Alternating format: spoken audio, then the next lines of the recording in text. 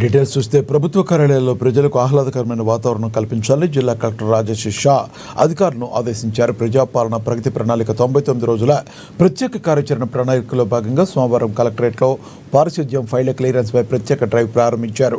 అదనపు collector Rajeshwar, municipal chairperson Bandari Anusha, జిల్లా అధికారులు, మున్సిపల్ సిబ్బందితో కలిసి కలెక్టరేట్ ప్రాంగణంలో శానిటేషన్ పనులు నిర్వహించారు. అనంతరం కలెక్టరేట్లోని డిపిఆర్ఓ, ట్రెజరీ, ఆర్డీఓ, సిపిఓ కార్యాలయాలను సందర్శించి అధికారులకు పారిశుద్ధ్యం ఫైళ్ల నిర్వహణపై పలు ఆదేశాలు జారీ చేశారు.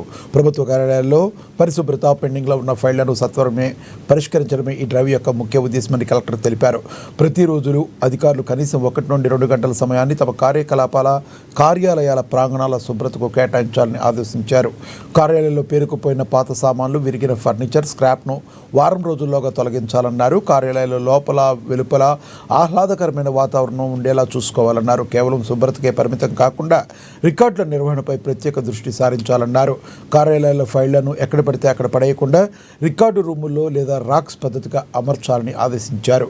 ప్రభుత్వ నిబంధనల ప్రకారం నిర్దేశించిన కాల పరిమితి ముగిసిన ఫైళ్లను డిస్పోజ్ చేయాలని, ముఖ్యమైన ఫైళ్లను భద్రపరచాలని సూచించారు. పెండింగ్ ఫైళ్లను నిర్ణీత గడువులోగా క్లియర్ చేయాలని అధికారులకు దిశానిర్దేశం చేశారు. రానున్న 5 రోజుల్లో పురోగతిని తానే స్వయంగా పర్యవేక్షిస్తానని కలెక్టర్ స్పష్టం చేశారు.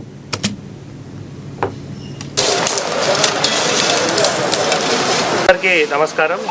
ఈరోజు ప్రజాపాలన ప్రగతి ప్రణాళిక సందర్భంగా మళ్ళీ మనం కలెక్టరేట్లో ఈరోజు క్లీన్లీనెస్ యాక్టివిటీ కానీ, దీంతోపాటు మళ్ళీ ఫైల్స్ క్లియరెన్స్ యాక్టివిటీస్ కానీ అవి అన్నింటిలో కూడా పాల్గొనడం జరిగింది. నాతో పాటు మరి మున్సిపల్ చైర్పర్సన్ గారు బండారి అనుష గారు, స్థానిక కౌన్సిలర్ గారు, ఏసీఎల్బీ గారు, మిగతా అందరూ జిల్లా అధికారులు కూడా పాల్గొన్నారు. సో ముఖ్యంగా నేను అధికారులు అందరికీ ఏం ఆదేశాలు ఇవ్వడం జరిగింది అంటే, ప్రతిరోజు వారు ఒక 1-2 అవర్స్ ప్రత్యేకంగా వాళ్ళ ప్రిమైసెస్ క్లీనింగ్ పైన ఫోకస్ చేయాలి.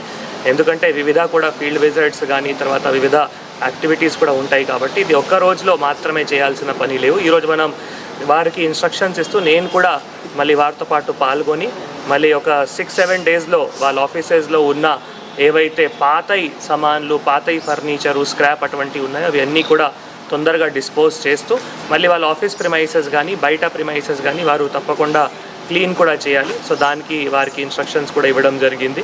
దీంతోపాటు ఫైల్స్ కూడా ఏవైతే ఉన్నాయో ఫైల్స్ కూడా మళ్ళీ ఆఫీసెస్లో అక్కడికి అక్కడ పెట్టకుండా మళ్ళీ రికార్డ్ రూమ్లో లేదో ర్యాక్స్లో అట్లా వారు క్లియర్గా మరి ఫైల్స్ కూడా స్టోర్ చేయాల్సిన అవసరం ఉంటుంది.